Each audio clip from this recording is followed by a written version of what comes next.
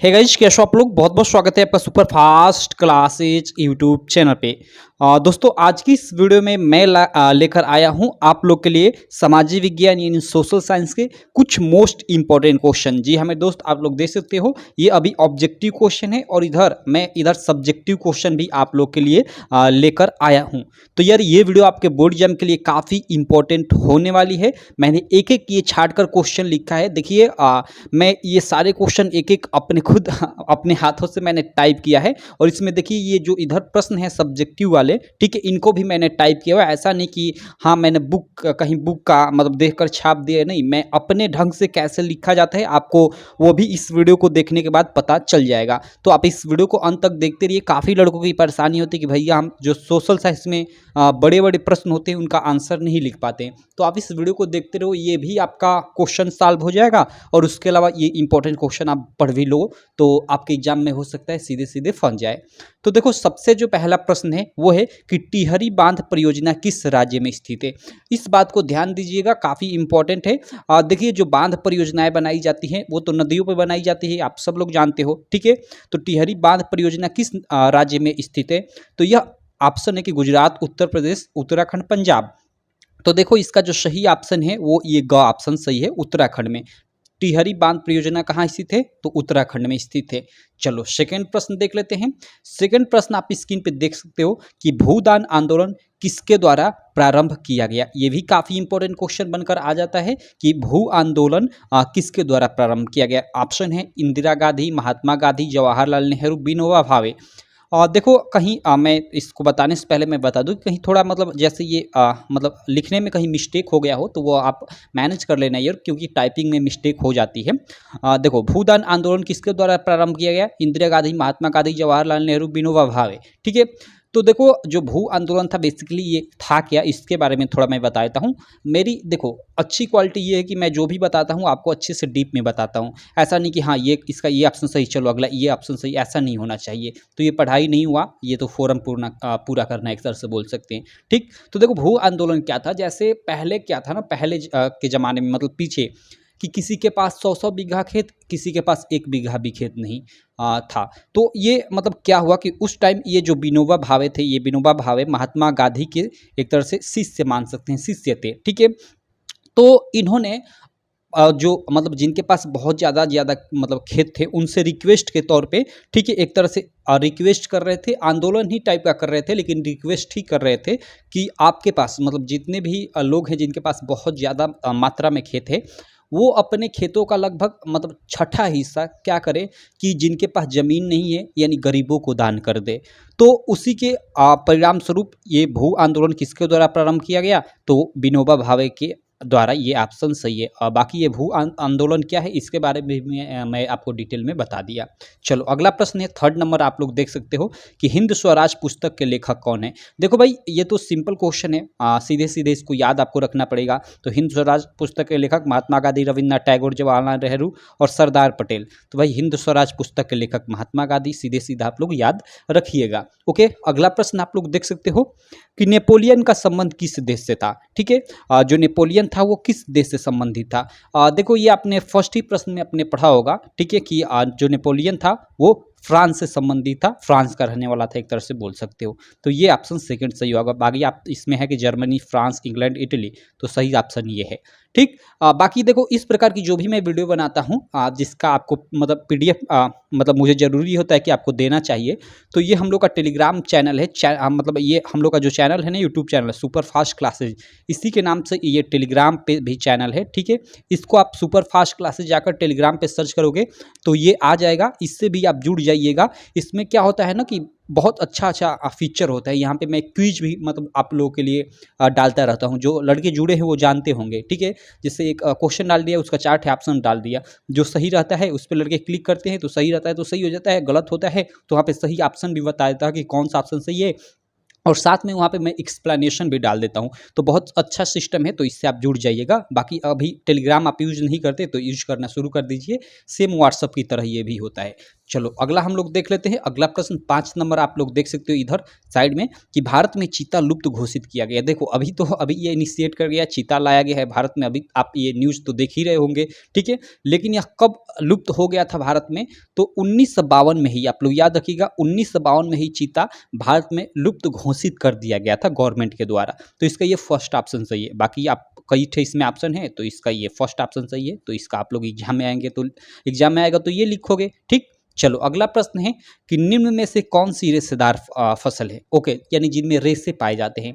Option है कि कपास, प्राकृतिक रेशम, जूट या ये सभी। तो देखो कपास में भी आप लोग का रेशा पाया जाता है, ठीक है। प्राकृतिक रेशम में भी आप लोग का रेशा प्राप्त होता है, ठीक है। जूट में तो प्राप्त होता ही है। तो ये तीनों ऑप्शन सही है। और चौथा ऑप्शन ये सभी है, तो ये चौथा ऑप्शन सही है, क्योंकि इन सभी मतलब ये सभी रेशेदार फसलें हैं, ठीक। रेशे पाए जाते हैं इन सभी में। चलो, तो आई होप ये भी प्रश्न आपको क्लियर हो गया होगा। उसके बाद 7वां प्रश्न देख लेते हैं। 7वां प्रश्न इधर आप लोग देख सकते हो। 7वां प्रश्न है कि मानवाधिकार दिवस कब मनाया जाता है? ओके, जो मानवाधिकार दिवस है वो कब मनाया जाता है? 10 दिसंबर को, 14 नवंबर को, 5 अप्रैल या इनमें से कोई नहीं? देखो ये कई बार आप लोग के एग्जाम में प्रश्न पूछ चुका है कि मानवाधिकार दिवस कब मनाया जाता है। तो आप लोग याद रखिएगा कि 10 दिसंबर को मानवाधिकार दिवस मनाया जाता है, ठीक। चलो 7वें के बाद 8वां प्रश्न देख लेते हैं। 8वां आप लोग स्क्रीन पे देख सकते हो कि नर्मदा बचाओ आंदोलन संबंधित है। जो नर्मदा बचाओ आंदोलन है ये किससे संबंधित है? तो देखो जब क्या हुआ कि इसका सबसे पहले तो आप लोग देख लो आंसर कि सतलज बांध, टिहरी बांध या हीराकुंड बांध या सरदार सरोवर बांध। तो देखो इसका जो सही ऑप्शन है वो सरदार सरोवर बांध है। जब क्या हुआ कि जब नर्मदा पे ये सरदार सरोवर बांध बन रहा था तो वहाँ के किसानों ने इसके विरुद्ध खड़े होकर आंदोलन किया, ठीक है। जिसका नाम पड़ा कि नर्मदा बचाओ आंदोलन, ठीक। तो नर्मदा बचाओ आंदोलन किससे संबंधित था? ठीक है, तो वो भाई मतलब जो सरदार सरोवर बांध बन रहा था नर्मदा नदी पे उससे संबंधित था। क्लियर? आई होप आप लोग को ये 8वां प्रश्न भी क्लियर हो गया होगा। चलो अगला प्रश्न देख लेते हैं 9 नंबर कि ग्रामीण स्तर पर संचालित प्रशासन को क्या कहते हैं? ओके, सिंपल सीधा सा क्वेश्चन है। स्थानीय प्रशासन, पंचायत या ग्राम सभा या ग्रामोदय, सभी गलत है ये, ठीक है। स्थानीय प्रशासन कहते हैं। जैसे नहीं होता है कि जैसे मतलब कुछ हो गया किसी इलाके में तो कोई मंत्री आकर बोलता है कि वहाँ की सभी चीज़ें स्थानीय प्रशासन मैनेज कर रही है, तो वही होता है, ठीक है। तो स्थानीय प्रशासन वो ग्रामीण स्तर पर नहीं, किसी भी एक क्षेत्र को ले ले तो उसकी मतलब उस क्षेत्र की पार्टिकुलर प्रशासन को स्थानीय प्रशासन हम लोग बोल सकते हैं, ठीक है। बाकी ये हम लोगों ने 9 ही मतलब इसमें मैंने ऐड किया था आपका ऑब्जेक्टिव क्वेश्चन। एक्चुअली आपके तो एग्जाम में 20 ऑब्जेक्टिव क्वेश्चन आएंगे इस बार, आप सब लोग जानते हो अगर आप यूपी बोर्ड के स्टूडेंट हो तो, ठीक है। अदर बोर्ड के हो तो मैं नहीं जानता, लेकिन आप सबके लिए ये सारे के सारे क्वेश्चन इंपॉर्टेंट है, क्योंकि सारे के सारे क्वेश्चन एनसीईआरटी से ही है। और इस समय सारे मतलब लग रहा है कि बोर्ड में एनसीईआरटी ही बुक पढ़ाई जा रही है, ठीक है। तो यूपी बोर्ड में 20 मार्क के ऑब्जेक्टिव क्वेश्चन पूछे जाएंगे, लेकिन मैं इसमें 9 ही प्रश्न लिया हूँ, उससे कोई मतलब नहीं। धीरे धीरे सारे के सारे हम लोग इसी तरह ऑब्जेक्टिव क्लियर कर लेंगे और अंत में पूरा मतलब अच्छे से सारी चीज़ें हम लोग कर लेंगे। तो मतलब एक तरह से सारी चीज़ें हम लोग के जो भी एग्जाम में है उनको हम लोग सॉल्व कर सकते हैं। चलो अगला प्रश्न है संघवाद क्या है, इसकी प्रमुख विशेषताएं क्या है? वेरी वेरी इंपॉर्टेंट क्वेश्चन है भाई साहब, वेरी वेरी इंपॉर्टेंट, ठीक है। 4 नंबर में यह प्रश्न आ सकता है आप लोग के बोर्ड एग्जाम में। देखिए अगर मैं यूपी बोर्ड की बात करूं, ठीक है, तो आप लोग का इस बार का पेपर पैटर्न में क्या हुआ है कि पूरा का पूरा चेंज किया गया है, जिसमें ऑब्जेक्टिव क्वेश्चन 20 पूछे जाएंगे 1-1 मार्क के, और 4 ठे आपके प्रश्न पूछे जाएंगे 4-4 मार्क के, और 4 ठे प्रश्न पूछे जाएंगे आपके 6-6 मार्क में। और ये 4 और 6 मार्क के जो प्रश्न रहेंगे इसमें अथवा का भी ऑप्शन रहेगा। तो इस प्रकार 20 मार्क का ऑब्जेक्टिव और ये 4-4 नंबर का 4 प्रश्न यानी 16 मार्क ये, और ये 6 का 24 ये, तो 24 और 16 40, ये 50-60 और 10 मार्क का आप लोग का क्या रहेगा मानचित्र संबंधित प्रश्न। तो आप लोग का 70 मार्क का पूरा पेपर हो गया, जहां मतलब सेंटर जाकर आप लोग मतलब सेंटर जहां जाएगा उसका वहां पे जाकर आप लोग पेपर दोगे, और आप लोग का 30 मार्क तो स्कूल लेवल पे प्रैक्टिकल होता ही है, तो वो तो होगा ही, यानी 100 मार्क का आप लोग का पेपर हो जाएगा, ठीक। तो चलो यहाँ पे देख लेते हैं यह प्रश्न कि संघवाद क्या है, इसकी प्रमुख विशेषताएं क्या है। काफी इंपॉर्टेंट प्रश्न है। देखो संघवाद सरकार का एक प्रारूप है। संघवाद क्या है? सरकार का एक प्रारूप है, ठीक है, जिसमें शक्तियों का विभाजन केंद्र व राज्य सरकारों के मध्य होता है। यहाँ पे देखो समझने वाली सिंपल सी बात है, हम लोग का जो मतलब इंडिया है, देश हम लोग का जो भारत है, ठीक है, ये भी संघवाद को फॉलो करता है। संघवाद क्या होता है, जैसे मतलब सरकार का कम से कम 2 लेवल हो। जैसे हम लोग के भारत में आप लोग देखते ही हो, एक केंद्र सरकार होती है और दूसरा राज्य सरकार होता है, ठीक है। मतलब 2 कम से कम 2 हो, 2 से अधिक भी लेवल हो सकता है, लेकिन संघवाद वही कहलाएगा, ठीक है, जिसमें कम से कम 2 लेवल हो। तो भारत में 2 लेवल है ही, एक केंद्र सरकार और एक राज्य सरकार। तो ही यहाँ पे कह रहा है कि संघवाद क्या है, सरकार का एक प्रारूप है, ठीक है। संघवाद सरकार का एक प्रारूप है जिसमें शक्ति का विभाजन केंद्र व राज्य सरकारों के मध्य होता है। सिंपल, इसका आप लोग ऐसे लिख दोगे और उसके बाद यहाँ पे पूछा है कि इसकी प्रमुख विशेषताएं क्या है, तो संघवाद की प्रमुख विशेषताएं ऐसे हेडिंग डाल दोगे और उसके बाद यहाँ पे मैंने काफ़ी सारा ये चीज़ें लिखा हुआ है। चलिए एक एक कर मैं आपको बता देता हूँ। बाकी देखो आप लोगों में से काफ़ी सारे लोग ये भी कमेंट करोगे क्या हम इतनी ही चीज़ें लिखेंगे तो हमें फुल मार्क मिल जाएगा या कितनी चीज़ें लिखना पड़ेगा 4 मार्क के लिए। तो देखो आप लोग सिंपली 4 मार्क यानी 4 मार्क के लिए आप लोग को कम से कम 80 शब्दों में आंसर देना होगा। अब ऐसा नहीं कि आपको केवल एग्जैक्टली 80 शब्द में देना है, नहीं, 80 शब्द से थोड़ा ज़्यादा भी हो जाए या कम भी हो जाए तो चल जाएगा, ठीक है। हाँ, क्योंकि इसमें काफ़ी सारे लड़के कंफ्यूज होते हैं, ठीक। तो चलो संघवाद की प्रमुख क्या विशेषताएं हैं इसको हम लोग देख लेते हैं। इस क्वेश्चन को आप लोग अच्छे से याद कर लीजिएगा, काफ़ी इंपॉर्टेंट है। देखो फर्स्ट क्या है, आपको अच्छे से मैं समझाता हूँ। जिसमें देश के भीतर सरकार के कम से कम 2 स्तर मौजूद हो, पहला केंद्रीय स्तर पर और दूसरा स्थानीय या राज्य स्तर पर, वह क्या कहलाती है, संघवाद कहलाती है। ये फर्स्ट मतलब इसकी विशेषता हो गई संघवाद की, ठीक। इसको आप लिख सकते हो, ठीक। सेकंड क्या हो गया कि अलग अलग स्तर की सरकारें एक ही नागरिक समूह पर शासन करती हैं। ये भी मतलब देखो अब ये याद करने वाली थोड़ी चीज़ है। देखो अब देखो जैसे केंद्र सरकार हो गया या राज्य सरकार हो गया, सभी तो देश के व्यक्तियों पे ही मतलब एक तरह से शासन करती है। केंद्र सरकार हो गया वो सारे मतलब राज्यों के व्यक्ति पे शासन करती है, और जो राज्य सरकार हो गया अलग अलग सभी राज्यों के लोगों पे शासन करती है। लेकिन यहाँ पे देखो जो राज्य सरकारें होती हैं और केंद्र सरकार दोनों का मतलब जो कानून बनाने का अधिकार है या और भी कुछ चीज़ें हैं वो अलग अलग होती हैं। जैसे यहाँ पे मैंने लिखा है, देखिए अलग अलग स्तर की सरकारें एक ही नागरिक समूह पर शासन करती हैं, पर कानून बना रहे, कर वसूलने यानी टैक्स वसूलने और प्रशासन का उनका अपना अपना अधिकार क्षेत्र होता है, यानी अपना अपना एक कार्य क्षेत्र होता है। जैसे आप लोग देखते ही हो कि मतलब जो केंद्र सरकार होती है उसके अंतर्गत मतलब अलग अलग मतलब जो भी चीज़ें हो गई वो काम करती हैं। राज्य सरकारें जो होती है उनकी जो चीज़ें होती हैं वो अलग अलग काम करती है। जैसे स्टेट आपका पुलिस हो गया, तो हर एक राज्य का अपना अपना पुलिस होता है, वो केंद्र के अंडर में नहीं होता है, वो राज्य के अंडर में होता है, राज्य के मतलब नियमों को फॉलो करता है। तो ये चीज़ें होती हैं। और आप लोग देखते हो जो कर होता है, टैक्स होता है, वो क्या होता है कि टैक्स भी जैसे केंद्र सरकार अपना अलग टैक्स वसूलती है और राज्य सरकार अपना अलग टैक्स वसूलती है। अपने देखो एक राज्य सरकार अपने ही राज्य में सीमित है, मतलब अपने ही राज्य में केवल टैक्स वसूल सकती है, लेकिन केंद्र सरकार पूरे देश में टैक्स हर राज्य में वसूल सकती है। तो इस तरह से हम बोल सकते हैं कि केंद्र सरकार राज्य सरकार की अपेक्षा ज़्यादा मतलब प्रबल है, लेकिन इनका दोनों का अपना अपना एक अधिकार क्षेत्र है। क्लियर। अब चलो अगला हम लोग सेकंड के बाद थर्ड नंबर प्रश्न देख लेते हैं। सॉरी थर्ड नंबर बोल रहा हूँ, मतलब इसकी थर्ड विशेषता क्या है कि संविधान के मौलिक प्रावधानों को किसी एक स्तर की सरकार अकेले नहीं बदल सकती। ऐसे बदलाव दोनों स्तर की सरकारों की सहमति से ही हो सकता है या संभव है।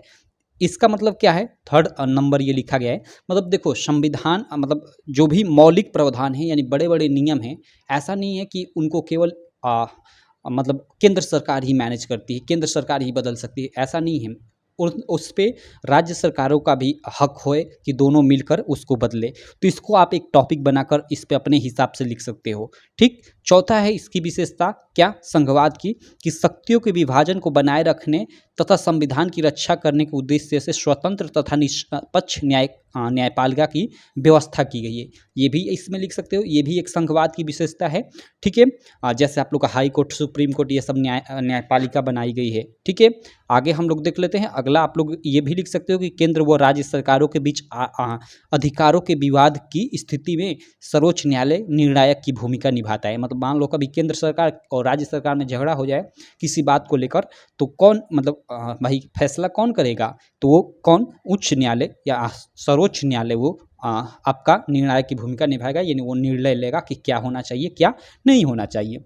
तो इस प्रकार ये संघवाद की 5 विशेषताएं थी, इनको आप अपने दिमाग में बैठा लीजिए। ये इसमें से देखो आप कम से कम 5 बैठा लेते हो, 3 भी एग्जाम में लिख देते हो तो आपको मार्क मिल जाएगा, लेकिन ज़्यादा कोशिश कीजिएगा कि आप 4 से 5 तो लिख ही दीजिए, ठीक। अब देखो इसमें मैंने थोड़ा थोड़ा ये चीज़ें लिखा है, आप अपने हिसाब से इसको थोड़ा ब्रॉड भी कर सकते हो, अपने हिसाब से बढ़ा भी सकते हो, इसमें आप अपने हिसाब से ऐड कर सकते हो जो भी चीज़ आपको ऐड करना है, ठीक। अब चलो इसमें हम लोग अब सेकेंड प्रश्न देख लेते हैं, ठीक है। सेकेंड प्रश्न क्या है, ये भी आप लोग के बोर्ड एग्जाम में 4 मार्क में आता है, ठीक है। 4 मार्क में आता है, नहीं आएगा इस साल आ सकता है, ठीक है। देखो ये क्या है प्रश्न कि फ्रांसीसी लोगों के बीच सामूहिक पहचान का भाव पैदा करने के लिए फ्रांसीसी क्रांतिकारियों ने क्या कदम उठाए। वेरी वेरी इंपॉर्टेंट ये भी क्वेश्चन है, आप लोग के एग्जाम में आ सकता है 4 मार्क में, ठीक। चलो इसको देख लेते हैं। इसका उत्तर लिखोगे ऐसे कि फ्रांसीसी लोगों के बीच सामूहिक पहचान का भाव पैदा करने के लिए फ्रांसीसी क्रांतिकारियों ने निम्न कदम उठाए। सिंपल, देखो ये क्वेश्चन है, उसी के अनुसार आप लोग इतना लिख दोगे, ठीक। अब उसके बाद क्या कदम उठाए, तो इसका आप लोग नंबरिंग दाकर जैसे फर्स्ट सेकंड आप लोग लिख दीजिए। जैसे फर्स्ट है कि पितृभूमि या मातृभूमि भी यहाँ पे लिख सकते हो, मातृभूमि और नागरिक आदि जैसे विचारों पर बल दिया, ठीक है।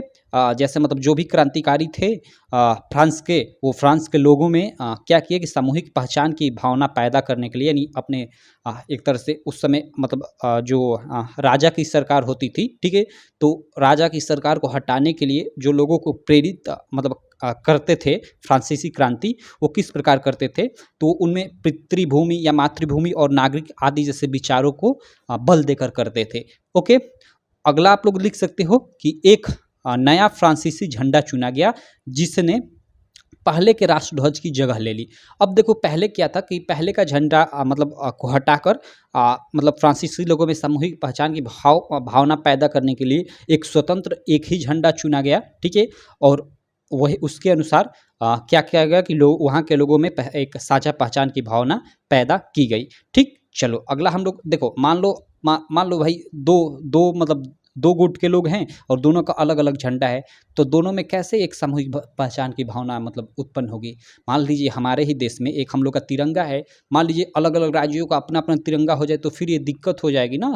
मतलब ये ऐसा नहीं होना चाहिए, पूरे देश का एक तिरंगा होना चाहिए। तो उसी प्रकार उस समय जो मतलब अलग अलग मतलब बहुत सारे मतलब राष्ट्रध्वज थे, तो उनको सभी को हटाकर जो फ्रांसीसी मतलब क्रांतिकारी थे एक झंडा लाए, और जो मतलब पहले के झंडों का सभी का मतलब स्थान अकेले वो ले लिया। तो ये आप लोग ऐसे इसको बनाकर लिख सकते हो। सेकंड, थर्ड आप आओ हम लोग देख लेते हैं। ये ओके इधर है थर्ड, यहाँ पे आप लोग देख सकते हो, 1 मिनट। यहाँ पे थर्ड क्या है कि उन्होंने लोगों के बीच सामूहिक पहचान का भाव पैदा करने के लिए राष्ट्रध्वज के अलावा अन्य विभिन्न प्रतीकों का सहारा लिया। जी हमें दोस्त, राष्ट्रध्वज के अलावा उन्होंने और विभिन्न प्रकार के प्रतीकों का सहारा लिया। जैसे आप लोगों ने वो जैसे वो भी एक जैसे फर्स्ट चैप्टर आपका, जैसे फ्रेडरिक सारुई ने क्या किया कि फ्रेडरिक सारुई के अनुसार देखेंगे उसने 4 चित्रों यानी चित्र से लोगों में एक साझा पहचान का भाव पैदा किया, ठीक है। उसी प्रकार बहुत सारे लोग थे जो अपने मतलब गीतों के माध्यम से बहुत सारे लोग थे मतलब अलग अलग माध्यमों से क्या किए कि वहाँ के फ्रांस के लोगों में साझा पहचान को यानी एक राष्ट्र के मतलब अनुसार सब में एक साझा पहचान की भावना पैदा की। तो इस प्रकार आप बना यहाँ पे लिख सकते हो। उन्होंने यहाँ देखो ये चौथा भी बनाकर लिख सकते हो कि उन्होंने गरीब किसान मजदूर और व्यापारियों के मुद्दों को सर्वोपरि रखा। यानी जो फ्रांसीसी मतलब जो लोग थे, ठीक है, जो लोगों में मतलब फ्रांसीसी क्रांति थे, जो लोगों में सामूहिक पहचान की भावना पैदा करना चाहते थे, वो क्या किए कि जो गरीब किसान थे, मजदूर थे और व्यापारी थे, उनके क्या किए कि उनके मुद्दों को सर्वोपरि समझा, मतलब उनके मुद्दों को मतलब हमेशा हर जगह उठाया करते थे। और इस प्रकार उनको एक बहुत बड़े जनसमूह का मतलब सपोर्ट मिला, और उनका जो ये एक तरह से बोल सकते हैं कि ये क्रांति थी या ये आंदोलन था वो सफल रहा। तो मैंने तो यहाँ पे केवल स्टॉप कर दिया कि उन्होंने गरीब किसान मजदूर और व्यापारियों के मुद्दों पर को सर्वोपरि रखा। अब इसमें आप आगे भी बनाकर लिख सकते हो कि इस प्रकार फ्रांसीसी क्रांतियों के एक बड़े मतलब जनसमूह का या बहुत ज़्यादा लोगों का सपोर्ट मिला, इस प्रकार उनका यह मतलब यह जो क्रांति थी सफल रही। तो इस प्रकार आप बनाकर आगे भी लिख सकते हो, आपका मन। ठीक है। स्टेटेड यहाँ पे शायद गलत लिखा गया है, चलो। स्टेट्स जनरल का चुनाव सक्रिय नागरिकों के समूह द्वारा किया जाने लगा और उसका नाम बदलकर नेशनल असेंबली कर दिया गया, ये लिख सकते हो। हालांकि ये टेक्निकली थोड़ा है तो याद भी न रहे तो कोई दिक्कत नहीं। उसके अलावा नई स्तुतियाँ रची गई, शपथें ली गई, शहीदों का गुणगान हुआ और यह सब राष्ट्र के नाम पर हुआ, ये चीज़ है, आप लोग लिख सकते हो। अब देखो ये शहीदों का गुणगान हुआ तो शहीदों के आप मतलब टॉपिक बनाकर 4-5 लाइन यहाँ पे लिख सकते हो अपने मतलब हिसाब से, उस अपने मतलब दिमाग का यूज करके। सातवां है कि एक केंद्रीय प्रशासनिक व्यवस्था लागू की गई जिसने अपने भूभाग में रहने वाले सभी नागरिकों के लिए समान कानून बनाए। ऐसा नहीं है कि किसी एक व्यक्ति के लिए अलग, मतलब गरीब व्यक्ति के लिए अलग कानून, धनी व्यक्ति के लिए अलग कानून, नहीं, ऐसा नहीं। तो ये सब चीज़ें की गई क्या कि मतलब फ्रांसीसी लोगों में एक सामूहिक पहचान की भाव पैदा करने के लिए। उसके अलावा 8वां प्रश्न लिख सकते हो कि आंतरिक आयात निर्यात शुल्क समाप्त कर दिए गए, मतलब यहाँ से वहाँ जाने के जो मतलब कर थे, टैक्स थे आंतरिक अपने उनके देश में फ्रांस में, वो समाप्त कर दिए गए और तथा या और भार तथा नापने की एक समान व्यवस्था लागू की गई। तो इस प्रकार आप लोग लिख सकते हो कि फ्रांसीसी लोगों के बीच सामूहिक पहचान का भाव पैदा करने के लिए फ्रांसीसी क्रांतियों ने क्या कदम उठाए। तो इसमें मैंने ये 8 पॉइंट लिखा था। बाकी अगर आप इसमें कम से कम 5 पॉइंट भी लिख देते हो तो आप लोग को फुल मार्क 4 मार्क मिल जाएगा, कोई दिक्कत नहीं होगी।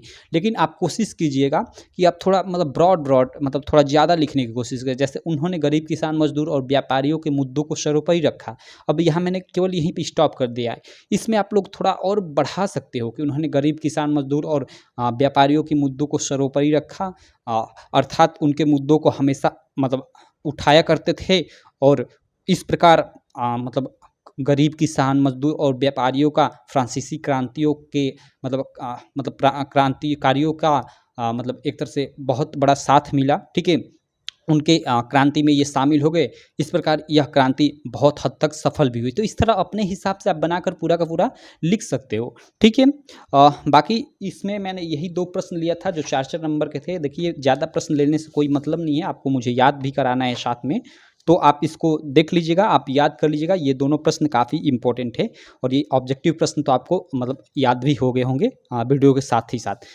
थोड़ा ये दिक्कत हो सकता है आपको याद करने में, तो बाकी आप इसको देख लीजिए अपने हिसाब से, इसको आप याद कर लीजिएगा। बाकी आप टेलीग्राम से नहीं जुड़े हो तो ये टेलीग्राम ग्रुप है, इसमें आप जुड़ जाइएगा, इसमें आपको PDF वुडीएफ सब मिलता रहता है। तो चलिए मैं आपसे मिलता हूँ नेक्स्ट वीडियो में। आशा करता हूँ ये वीडियो आपको काफ़ी अच्छी लगी होगी। वीडियो अच्छी लगी तो यार चैनल को सब्सक्राइब करना, वीडियो को लाइक करना और अपने सारे दोस्तों में इस वीडियो को शेयर करना बिल्कुल मत भूलना। तो चलो मैं आपसे मिलता हूँ नेक्स्ट वीडियो में, तब तक के लिए थैंक यू।